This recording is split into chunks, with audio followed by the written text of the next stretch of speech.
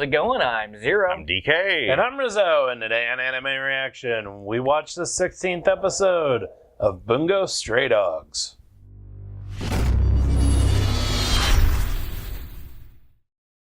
If you want to check out our reaction to the 16th episode of Bungou Stray Dogs, hit that link in the description below. And be sure to give us feedback in the comment section because we love hearing from you. And as always, if you like what you see, subscribe to Otaku Saga, and don't forget to like and share our videos. And thanks for watching.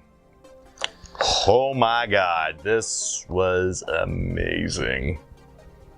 This was a really epic episode of Bungou Stray Dogs. But I think before we start, I just want to say out loud for the record, I really like this story arc from Bungou Stray Dogs. I just feel that it's not in the right place. Agreed. Totally agreed. We are all in agreement here. This should have been an OVA. It should have been an OVA, it could have been a movie, it could have been its own standalone content between the seasons. Yep. And should have been, I think. But that being said... Or if you were going to throw it in the series, I think that it should have been a little short. A little bit shortened, maybe before the finale. Or more spread out through the season. Something to basically go from, you know, setting up this amazing story between the three forces and then cutting to Dazai's past. Yeah, it was just for 4 whole episodes. The content was amazing, it was just badly placed. Yeah. So, yeah, just starting out, I don't hate this, I just don't like where it was placed. And at the same time, why? Why did we go back and figure all this stuff out? Why? Yeah, like there better now? be a damn good reason, like in the next episode of why we went back. Or in the next few episodes, because if it doesn't make sense why we went back by the end of this season. Yeah, if it's just a Dazai origin story, which it pretty much is at this point. Well, yeah, what it looks like. That's what it feels like, especially with that ending. I think that it probably, one of the major things in this was showing the permit at the end.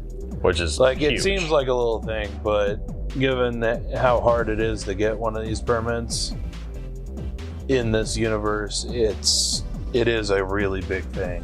And it, as they stated in the previous season, it's one of the motivations of the guild is to get the permit from the Architect Agency. So yeah, really big deal, because I think these permits were the result of a great war involving the gifted. So as far as I can tell, it's like the only way they can do business or something like that. It has to be like major. The raison d'existence or something like that. Well, I mean, and then it showed in this that literally the boss of the Port Mafia literally lured in a opposing gifted faction into the city so that, you know, he could fight against Mimic and persuade the the government to give him a permit in exchange for getting rid of Mimic. At the same time, also losing at least one major gifted under his command. Yeah. And also a shitload of men. But he calls it a great victory just to get the permit. So, again. So that kind of reiterates how important these permits are. Yeah, like so much to the fact, it is such a great victory to him that he is stopping Dazai from showing up. From interfering, yeah. Yes, from being able to interfere and saving Otasuka's life. Which I think is strange because Dazai could have totally given Oda the upper hand in that scenario, because he could shut down his power. Yeah. Basically, if Dazai was there, he could have shut down Geed's powers, because Dazai has the power to negate the other gifted's powers. Here's the thing, though: he negates it by touch. And Gabe would see him coming. Not if he's preoccupied. busy with Otasuka. A discussion for another time, I think. Oh, We could go into depth on this. No, I honestly think that Otasuka might have lived if they actually planned that out instead of just having him going in and killing all of them. But I had a feeling that, like, going into this episode, that the boss of the Port Mafia was responsible for what's going on here. And while he wasn't outright responsible for the orphans' deaths, he did tell the guy from Mimic where he did leak that information on purpose. Well, he had to have a heavy hand in all the events of this little story arc, because how else could he create the disagreement between him and Dazai that would cause Dazai to switch sides? Dazai didn't switch sides. He found his own side. Well, so basically, it's not. Basically, Dazai was. I think a couple of things here. Dazai was kind of disgusted by how the boss went around it, but he was also, he was also, I guess, paying tribute to his fallen friend by respecting his friend's last wishes and, That's true. Saving people instead of harming people. So choosing good rather than evil, because Dazai doesn't care. Well, that's why I said, switching sides, because Otasaku in some of his last words said, be on the side that saves people. Yeah. But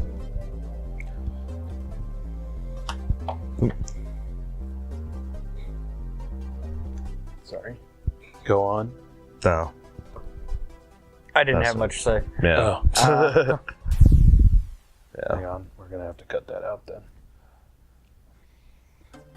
Which is good, because I had booger itching my nose.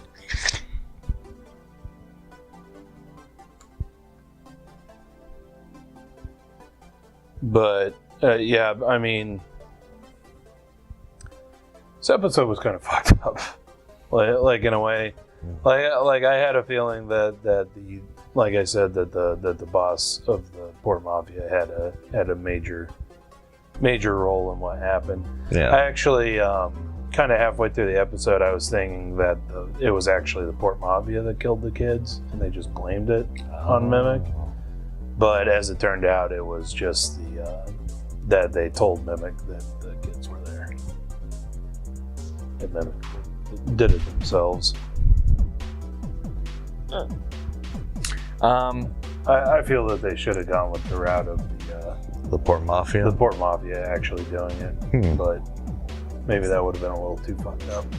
I think It would have been more impactful. my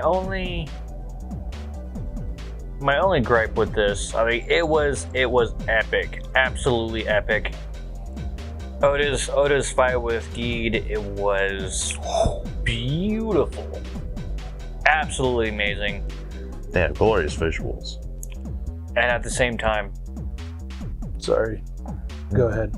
At the same time, the new like time stop ability that they had, that they gained from fighting each other, was the visuals of that was amazing.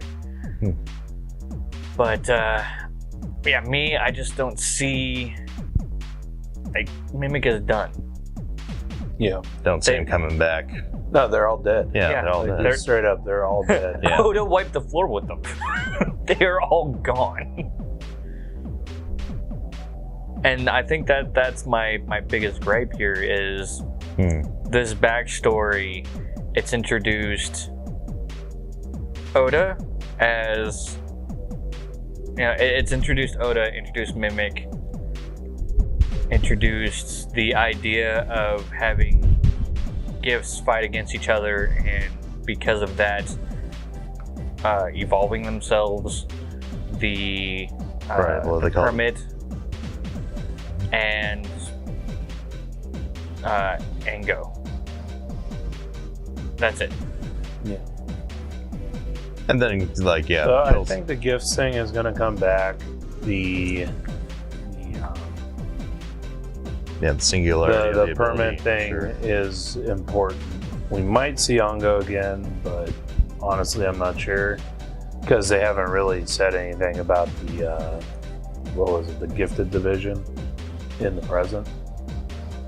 So Special Black Ops. I honestly don't know if we'll even see that. I would think so, because, well, actually, wait. Well, they might come in later on. Yeah, I just almost feel like this is a wasted 4 episodes. I mean, as I said earlier, if this just ended up being a long, should have been an OVA just to introduce Dazai's backstory and some of those key concepts like the singularity of abilities and the permits and so forth, then you could have woven that into the present day exposition. Most likely, and I don't want to beat it too dead, but I mean that's not a lot of stuff to introduce. Yeah, for 4 episodes. Right. Yeah, we could have gotten a lot more action. I'm looking at our character list. It's 2 pages long. There are a lot more characters yet to be introduced, and now you have 8 episodes to do it in. Yeah. Now here's an interesting question. If the Port Mafia wasn't actually going to back up Otasaku, they were just going to let him go to town. Right. Why did about 30 Port Mafia members bust into the room? Why were they even there? There you go.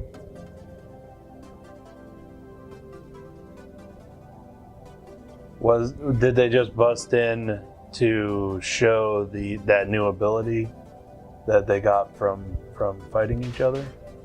If so, then they're like on the totem pole of like criminal organization mooks. They're like lower than the Goombas in Super Mario Brothers. Pretty much. They're lower than the red shirts. Yeah. They're not even like foot soldiers. They're just human targets. They're lower than stormtroopers. No. I mean, at least stormtroopers like captured, characters at one point. The Goombas just get stomped on. These guys just show up and get shot. Yeah, it's just that there's no value to their being in that scene other than to prove how badass Otasaku and Gide's like combined ability was. It's not just that there's no value in that scene, it also makes no sense based off of what we see in the rest of the episode. Yeah, exactly. Like you said, because the Port Mafia had no intention of backing him up. Exactly. Yeah. Rule of cool.